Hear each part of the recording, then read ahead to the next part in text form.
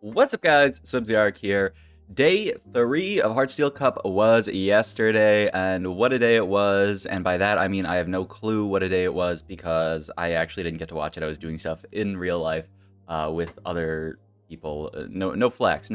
But anyway, Robin Songs came second in the day overall. I won actually VOD review the first place overall, Noster11, but it looks like he deleted his VODs, which I didn't think was something that you could do, but I don't know, some people do it.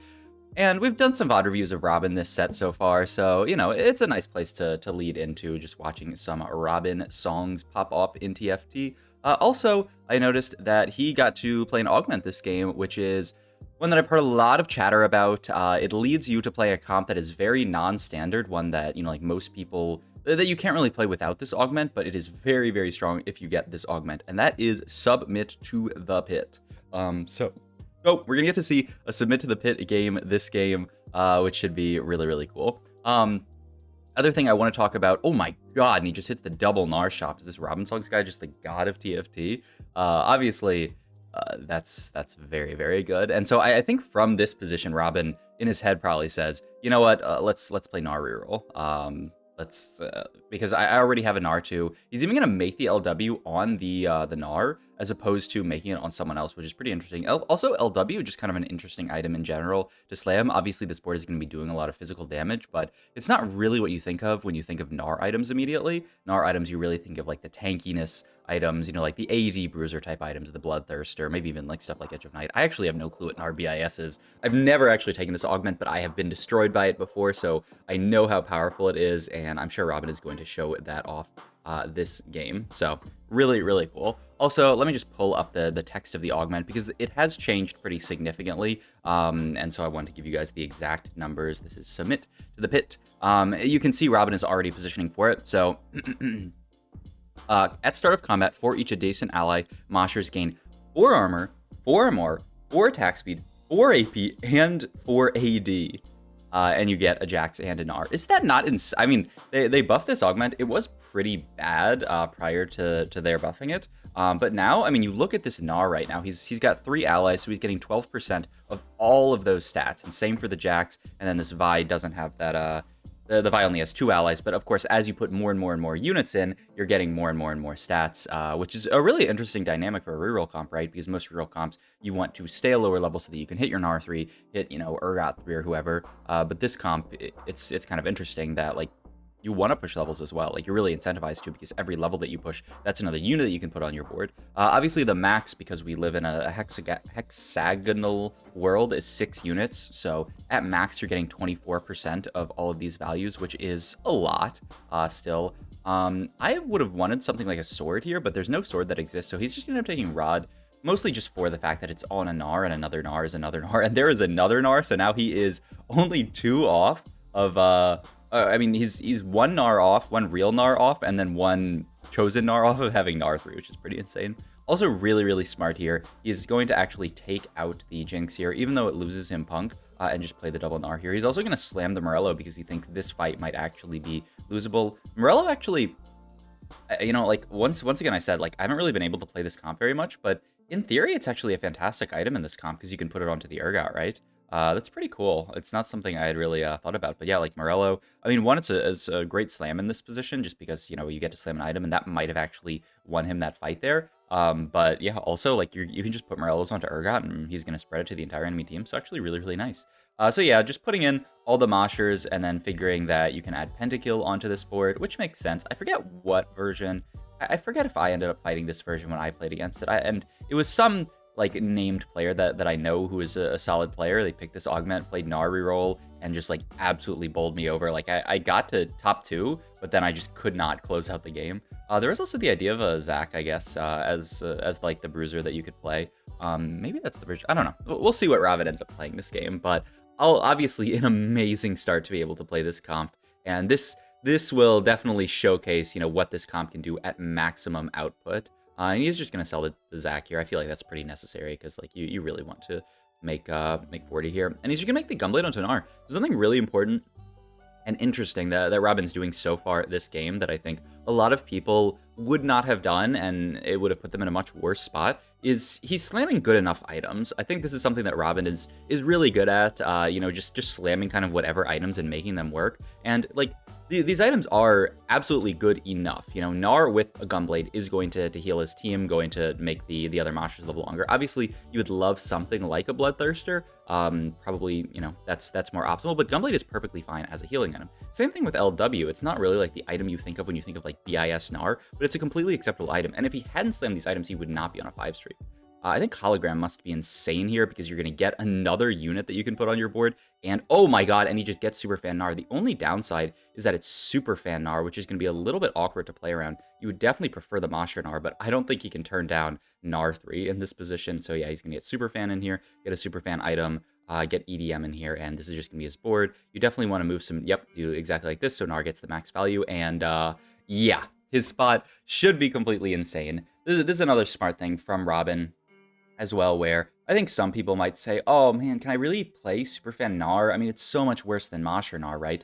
But the problem, I mean, the solution actually, is that in TFT, especially with the way Headliner rules work, where like if you skip a unit, well, who knows how they work honestly, because there's actually like a lot of bugs with them, but the way they're supposed to work, where if you skip a unit, you're not going to see that unit, you're not going to see units with those traits, with the Headliner, with the highlighted trait for 4 shops, and you're not going to see that exact same unit for X amount of shops.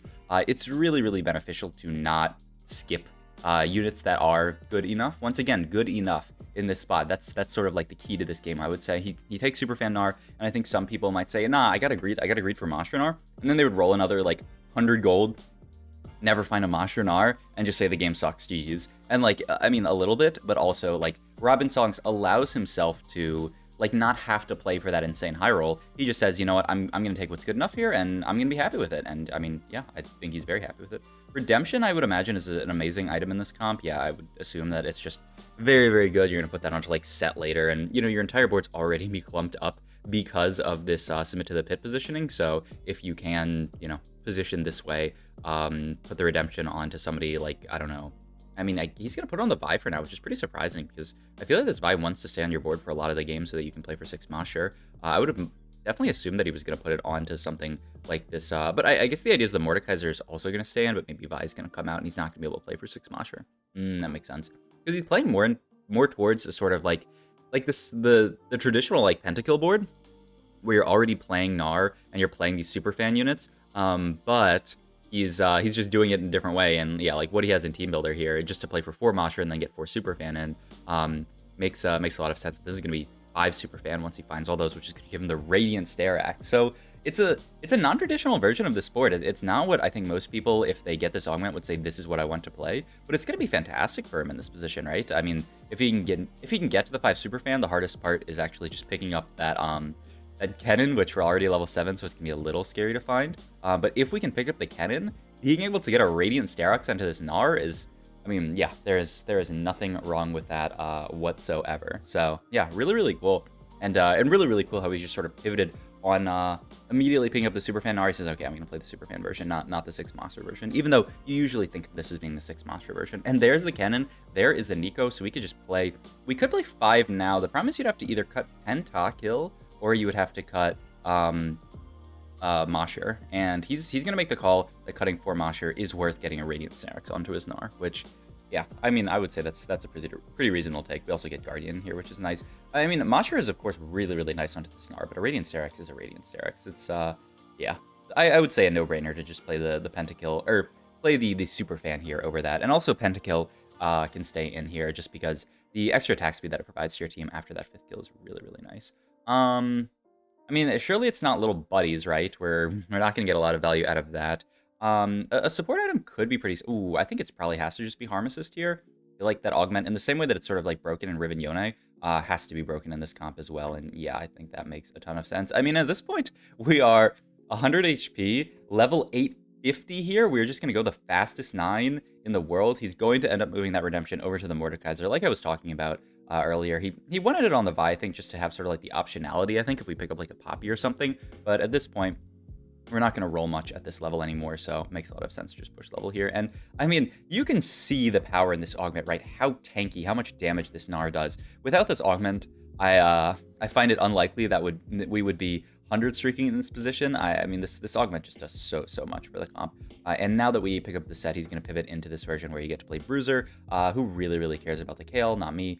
So now we can play this version, and all he has to do is just chill, push levels, get a Yorick in, I guess, on level up, which also that would allow you to theoretically cut out one of these pentakill units that you're playing. Whether you want to cut the Bruiser or the Sentinel, I guess, is up to Robin here, but the Yorick eventually is going to be really nice on this board. And then I guess what is your other in here, because you get an extra slot there. I mean, he could actually fit KDA, though it would be a little bit strange. I mean, he has true damage in, he could fit like a random Kiana in, wouldn't be bad. He has his Chain Vest open. Could be something like a Sunfire Cape, though he doesn't get the opportunity to end up building that, so he's just going to take Sword onto Lux here. This might be an Edge of Night for Yorick, or it might just be we hold on to this. We'll see. And 2 upgrades there, absolutely fantastic. And he checks out his KDA hexes. I mean, they're not bad. You could theoretically get KDA in here. He's just going to slam the Edge of Night onto the Urgot here. Definitely, like, I mean, a completely solid item holder for now, and then eventually maybe we'll get to that being on Yorick later, but I think he just, once again, Robin really likes spiking his board in the now. One thing I would like to see is him just waiting to see what his opponent looks like, but I think his idea is that, like, most people here at 4-5 are going to have their board hard spiked, and I'm going to need this Edge of Night. Didn't end up really making a difference in this fight, but Seraphine, like a scary board, so maybe he would have slammed that anyway, just to sort of guarantee that he gets the win. But yeah, I mean, he's just going to go the fastest 9. In the West, he is 14 streaking, 100 HP, and just easily coasting to a top 1, at worst maybe a top 2 from this position. The only way that he doesn't win this game is if someone caps a really strong board here. And a pretty scary fight, actually, because this Ahri aggroed onto the Gnar here and is just getting infinite cast off, and the Kiana ulted. This was horrible fight RNG for Robin, the fact that the Gnar, you know, he's always going to jump forward, and then after a unit dies, the Ahri's going to aggro on there. But imagine, he won that fight. He, like, is there any doubt at how strong this augment is? That was, like, the worst possible fight RNG. His Gnar just got perma-CC'd the entire fight by Ahri plus Kiana, and it didn't matter. It actually didn't matter. He still won the fight because he has that other Gnar that's sort of like a backup plan if his real Gnar dies, and yeah, he just gets to absolutely chill here. He's gonna go for Titan's Resolve here onto this Urgot. Pretty interesting pick here. I would have definitely thought. Oh wait, way back to Sunfire. We don't need Sunfire because we have Morellos. I was talking a million miles a minute and I forgot about that. Okay, so yeah, Titans then makes perfect sense. This will be a mediocre item on Urgot because he takes so long to stack it, but eventually it can go on to another Masher unit, ideally the Yorick, and then we'll be fine. Pretty scary fight there against, I didn't see who exactly that was there, but they had a pretty strong Heartsteel board, and it is going to be pretty annoying for us to deal with that board, just because of the fact that we're always going to be clumped up here with our positioning, so Ezreal's going to be able to get really good ults off.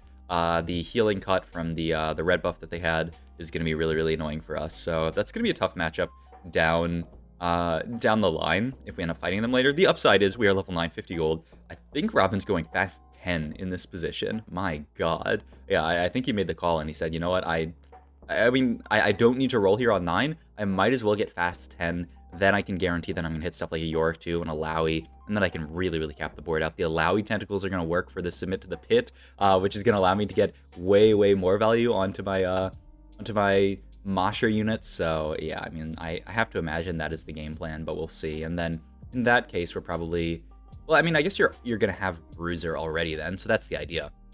We're going to get a Lowy in to cap out our board, I would think. We'll see.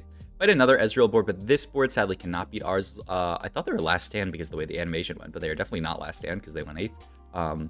You know, such is the life. Live by the sword, die by the sword of playing Ezreal. Some games they'll be first, some games they'll be 8ths.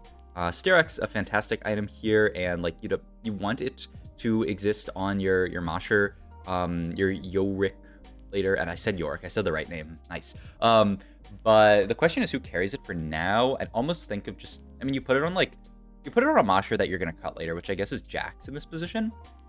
You could just slam it onto Jax because Jax is gonna come out for Yorick later, and I would imagine you keep Urgot in.